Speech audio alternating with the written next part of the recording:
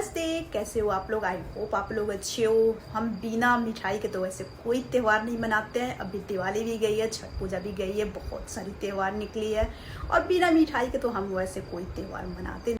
हम लोग दिवाली पे इतनी सारी मिठाई अगर डब्बे भर भर के खाए थे तो क्या आप लोगों को पता है कि इन मिठाइयों में क्या यूज किया गया था और किन चीज़ों से बनी हुई थी। जो ये गुलाब जामुन, इंडिया में तो ऐसे हर त्योहार पे मिठाई, बिना मिठाई का तो हम कोई त्योहार नहीं मनाते हैं। बट खाने के लिए इतनी सारी मिठाइयाँ बनाने के लिए क्या यूज़ किया गया था, चलो आज आप लोग देखो इन वीडियो को कि क्या क्या यूज़ करके ये लोग मावा बनाते हैं।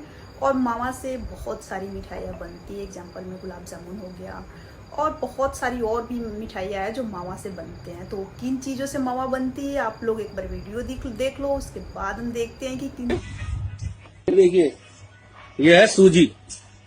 सूजी से प्रोसेस शुरू होता है। सूजी से आप इधर आइए, इसको मिक्स करते हैं रिफाइंड में। ये रिफाइंड है, एक बनाना। और देखिए सबसे बड़ा ये है, ये क्या है, जेके बाल पुट्टी। ये देखिए पुट्टी है जो दीवारों पे हम लोग पेंट करते हैं ना। नहीं वो है भाई, पुट्टी लिखा है सर, देखिए। ये मिठाइयाँ किन चीज़ों से बनी हुई है।